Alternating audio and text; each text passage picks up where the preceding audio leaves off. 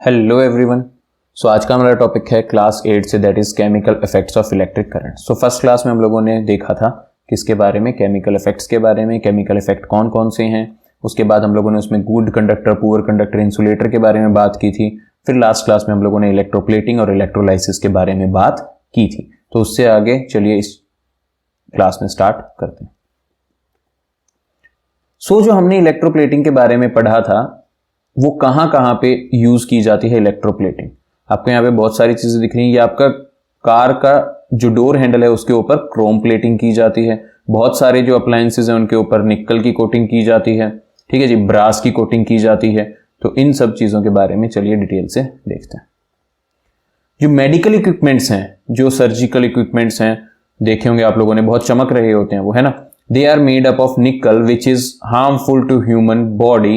Hence, to avoid it from coming in contact with our body, a coating of platinum or gold is applied on the surface of nickel. तो जो आपके medical equipments हैं, जितने भी औजार हथियार हैं जो डॉक्टर्स के द्वारा यूज किए जाते हैं, उसको निक्कल से बनाया जाता है। लेकिन निक्कल हमारी ह्यूमन बॉडी के लिए हार्मफुल है, तो अगर वो निक्कल हमारी बॉडी में के कांटेक्ट में आएगा तो हमें नुकसान करेगा। इसीलिए हम उसके ऊपर गोल्ड या प्लेटिनम की कोटिंग कर देते हैं ताकि निक्कल हमारी बॉडी के डायरेक्ट कांटेक्ट में ना आए।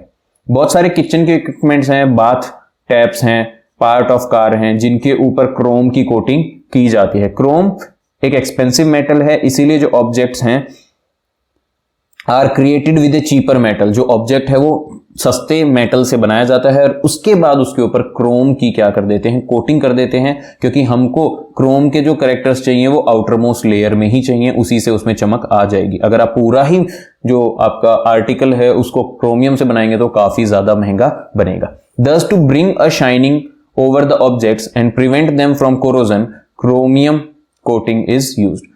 कोरोजन से बचाने के लिए, उसके ऊपर चमक लाने के लिए हम क्रोमियम की उसके ऊपर कोटिंग कर देते हैं। जो ज्वेलरी मेकर्स हैं वो आमतौर पर जो ऑर्नामेंट्स हैं जो उनको सस्ता बनाने के लिए क्या करते हैं, सस्ते मेटल के ऊपर गोल्ड या सिल्वर की क्या कर देते हैं, उसके ऊपर कोटिंग कर देते हैं, जिससे कि जो आपका ऑर्नामेंट है वो सस्ते में बन जाता है। द टिन कैंस देखे होंगे आपने, उनका इस्तेमाल किया जाता है फूड को स्टोर करने के लिए। हकीकत में वो बनते हैं आयरन के और उनके ऊपर टिन की क्या करते हैं, कोटिंग की जाती है। अगर आप पूरा ही कैन टिन का बनाएंगे तो जितना बजट है ना आपका कोल्ड ड्रिंक का, वो कोल्ड ड्रिंक के छोटे छोटे कैन देखे होंगे, वो 20 रुपए का कैन आता है ना। तो अगर आप प्योर ही उसको किससे बनाएंगे, टिन से बनाएंगे, तो वो 20 रुपए से ज्यादा तो वही बन जाएगा। इसलिए वो बनता आयरन का है लेकिन उसके ऊपर टिन की कोटिंग कर देते हैं with the help of electroplating. Iron can easily react with food and spoil it. Iron food के साथ रिएक्ट करके इसको खराब कर सकता है। हाउएवर जो टिन है वो फूड को खराब नहीं होने देता है, वो रिएक्ट नहीं होता है, इसलिए टिन की लेयर चढ़ा दी जाती है ताकि फूड को खराब होने से बचाया जा सके। जो ब्रिजेस हैं आपने देखे होंगे, आयरन ब्रिजेस हैं। बहुत सारे ऑटोमोबाइल्स के जो वेरियस पार्ट्स हैं वो बने हुए होते हैं आयरन के ऊपर, क्योंकि स्ट्रेंथ तो आयरन से मिलेगी। लेकिन उनको प्रिवेंट करने के लिए, कोरोजन से, रस्ट से प्रिवेंट करने के लिए उनके ऊपर जिंक की लेयर चढ़ा दी जाती है। और जो जिंक की लेयर आयरन के ऊपर चढ़ाई जाती है, इस प्रोसेस को गैल्वेनाइजेशन कहा जाता है। लास्ट क्लास में मैंने आपको गैल्वेनाइजेशन के बारे में डिटेल में बताया था। और क्या एप्लीकेशंस हैं chemical effect of electric current की, इलेक्ट्रोप्लेटिंग की नहीं, किसकी, केमिकल इफेक्ट की। और कौन सी एप्लीकेशंस आपको देखने को मिलेंगी, एक्सट्रैक्टिंग मेटल्स फ्रॉम देयर ओर। अब आपको यह पता होना चाहिए कि जो मेटल्स हैं वो हमें अर्थ क्रस्ट के अंदर से मिलते हैं और वो अपनी ओर की फॉर्म में होते हैं। ऐसा नहीं है कि हमने गड्ढा खोदा, नीचे से सीधा सीधा आयरन निकल गया, नहीं, वो किसी ना किसी कंपाउंड के साथ रिएक्ट करके अर्थ क्रस्ट के अंदर मिलते हैं। तो ओर से मेटल को एक्सट्रैक्ट करने में, बाहर निकालने में, प्योर मेटल को उसमें से हम chemical effect of electric current का इस्तेमाल करते हैं, इलेक्ट्रोलाइसिस का इस्तेमाल करते हैं। प्योर मेटल्स जो हैं उनको निकाला जाता है, एक्सट्रैक्ट किया जाता है मेटल ओर से। इंप्योरिटीज के साथ प्रेजेंट है, उन इंप्योरिटीज में से प्योर मेटल को बाहर निकाला जाता है with the process of electrolysis. कौन से प्रोसेस के साथ, इलेक्ट्रोलाइसिस के साथ। Electricity is pass through the metal ore, electricity को मेटल ओर के अंदर से पास किया जाता है। They are broken down into ionic lattice and thus the metal is obtained separately। Metal ore के अंदर से मेटल को इलेक्ट्रिसिटी की सहायता से सेपरेट किया जाता है। और आपने वो प्रोसेस देखा होगा इलेक्ट्रोलाइसिस वाला, जिसमें इलेक्ट्रोड यूज करते हैं।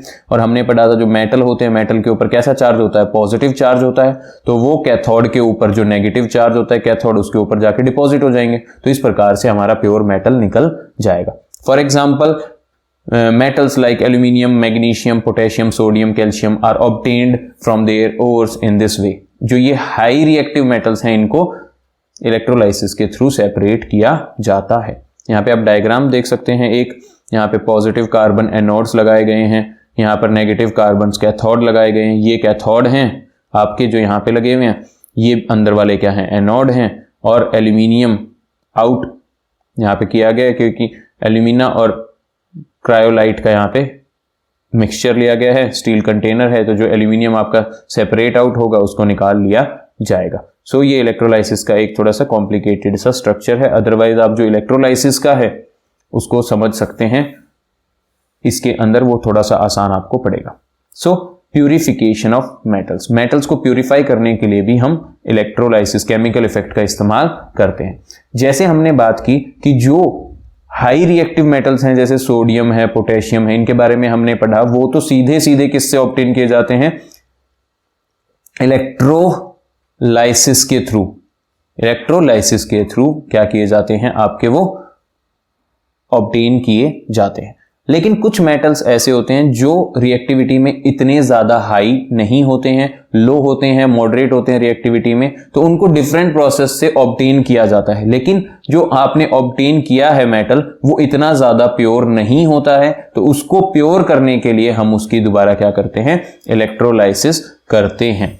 The method of electrolysis is also used to purify a metal by separating it from impurities। अगर मेटल के अंदर कुछ impurities हैं, उसको एक्सट्रैक्ट करने के बाद, और से एक्सट्रैक्ट करने के बाद भी उसके अंदर कुछ इंप्योरिटीज रह जाती हैं, ठीक है जी, तो उन इंप्योरिटीज को दूर करने के लिए हम इलेक्ट्रोलाइसिस का इस्तेमाल करते हैं। क्योंकि सभी मेटल्स को एक्सट्रैक्ट करने के लिए हम इलेक्ट्रोलाइसिस का इस्तेमाल नहीं करते हैं, क्योंकि ये थोड़ा सा ज्यादा लेंथी प्रोसेस हमारा हो जाता है, कॉस्ट इसकी ज्यादा आती है। तो इसीलिए हम दूसरे मेथड से मेटल को ऑब्टेन करते हैं ओर के अंदर। कौन से मेटल्स को, जो लो हैं रिएक्टिविटी में, जो कम रिएक्टिव हैं, फिर उनकी इलेक्ट्रोलाइसिस करते हैं उनको प्योर करने के लिए। The impure metal is used as an anode. यहां पे स्ट्रक्चर समझिए, इम्प्योर मेटल को कहां पे, एनोड पे लगा देंगे। एनोड कैसा चार्ज होता है, पॉजिटिव चार्ज होता है। कैथोड पे क्या लगा देंगे, पतली सी उसी मेटल की एक थिन स्ट्रिप लगा देंगे, जिस मेटल को ऑब्टेन करना है, thin strip.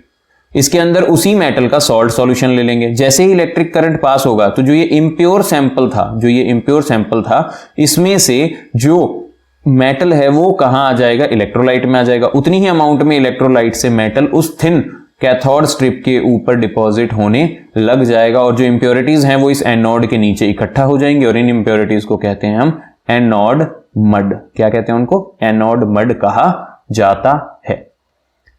The impure metal is used as an anode। impure metal को एनोड पे लगाते हैं, which first dissolved in the electrolyte solution। जो पहले करंट जाने पे इलेक्ट्रोलाइट सॉल्यूशन के अंदर चला जाएगा, और इलेक्ट्रोलाइट में से उतनी ही अमाउंट में जो मेटल है वो प्योर फॉर्म में कैथोड के ऊपर डिपॉजिट हो जाएगा। द इम्प्योरिटीज जो है वो मेटल की वो इलेक्ट्रोलाइट में ही रह जाती हैं और आपको एनोड के नीचे देखने को मिलेंगी, उसको कहा जाता है एनोड मड।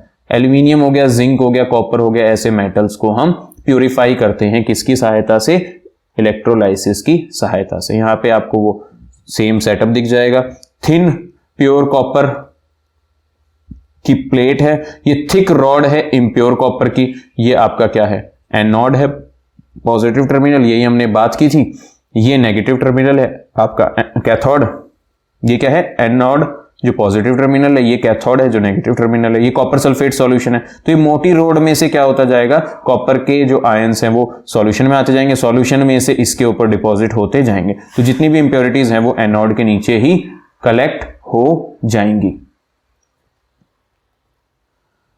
नेक्स्ट क्या, कहां पे यूज कर सकते हैं हम केमिकल इफेक्ट को, प्रोडक्शन ऑफ कंपाउंड, कंपाउंड को प्रोड्यूस करने के लिए। इलेक्ट्रोलाइसिस मेथड के थ्रू हम प्रोड्यूस कर सकते हैं कुछ कंपाउंड को, जैसे सोडियम हाइड्रोक्लोराइड, ऐसे सब्सटेंस को chemical effect of electric current की सहायता से प्रोड्यूस करते हैं। और उसका कौन सा मेथड यूज किया जाता है, इलेक्ट्रोलाइसिस का इस्तेमाल किया जाता है। डीकंपोजिशन ऑफ मेटल्स, मेटल्स को ब्रेक डाउन करने के लिए, क्या करने के लिए भाई, ब्रेक डाउन करने के लिए हम क्या कर सकते हैं, हम इस्तेमाल कर सकते हैं इलेक्ट्रोलाइसिस का। इलेक्ट्रोलाइसिस मेथड को यूज किया जाता है किसी कंपाउंड को डीकंपोज मतलब उस कंपाउंड को तोड़ने के लिए, छोटे कंपाउंड्स में तोड़ने के लिए। फॉर एग्जांपल अगर हम बात करें कि वाटर को ब्रेक डाउन करना है, हम सबको पता है कि वाटर का फॉर्मूला होता है H2O, so it is made up of hydrogen and oxygen. तो जब आप वाटर की क्या करेंगे, इलेक्ट्रोलाइसिस करेंगे, क्या करेंगे, इलेक्ट्रोलाइसिस करेंगे, तो आपको क्या देखने को मिलेगा कि वहां पर गैस प्रोड्यूस हो रही है। कौन सी गैस प्रोड्यूस हो रही है, हाइड्रोजन गैस प्रोड्यूस हो रही है, साथ में कौन सी गैस प्रोड्यूस हो रही है, ऑक्सीजन गैस प्रोड्यूस हो रही है। तो जो वाटर था वो हाइड्रोजन और ऑक्सीजन से मिलकर बना था, तो यही दोनों गैसेस क्या हो जाएंगी, उसमें से प्रोड्यूस हो जाएंगी। तो ये कंपाउंड टूट गया, टूटने वाले प्रोसेस को जिसमें ब्रेकडाउन होता है सब्सटेंस का, उसको क्या कहते हैं, डीकंपोजिशन कहते हैं। For example water can be decomposed using the process of electrolysis to obtain hydrogen and oxygen. Hydrogen और ऑक्सीजन को पाने के लिए वाटर की इलेक्ट्रोलाइसिस की जाती है।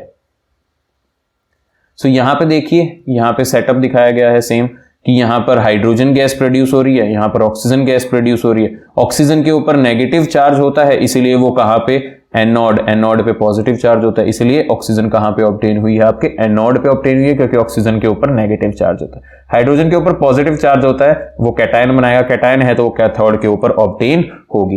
तो यहां पे आप देख सकते हैं जो हाइड्रोजन है उसकी अमाउंट काफी ज्यादा है, देखिए इतनी मात्रा में हाइड्रोजन प्रेजेंट है, इतनी मात्रा में ऑक्सीजन प्रेजेंट है। अब ऐसा क्यों होता है भाई, ऐसा इसलिए होता है बेटा क्योंकि यहां पे आप देखेंगे कि जो वाटर का मॉलिक्यूल है उसके अंदर हाइड्रोजन 2 है, ऑक्सीजन 1 है। तो जब इसका ब्रेकडाउन होगा तो ऑक्सीजन की अमाउंट आधी होगी, किसके मुकाबले, हाइड्रोजन के मुकाबले। So this process is your electrolysis of water, जिसको हम दूसरा नाम क्या देते हैं, हाइड्रोलाइसिस भी कहते हैं। दूसरा नाम क्या है इसका, हाइड्रोलाइसिस इसका दूसरा नाम है, क्योंकि इसमें वाटर का क्या हो रहा है, डीकंपोजिशन हो रहा है। So that's all about this chapter. I hope आपको चैप्टर समझ में आया होगा। अगर चैप्टर अच्छे से समझ में आया है तो वीडियो को लाइक कीजिएगा, चैनल को सब्सक्राइब कीजिएगा, अपने दोस्तों के साथ शेयर कीजिएगा।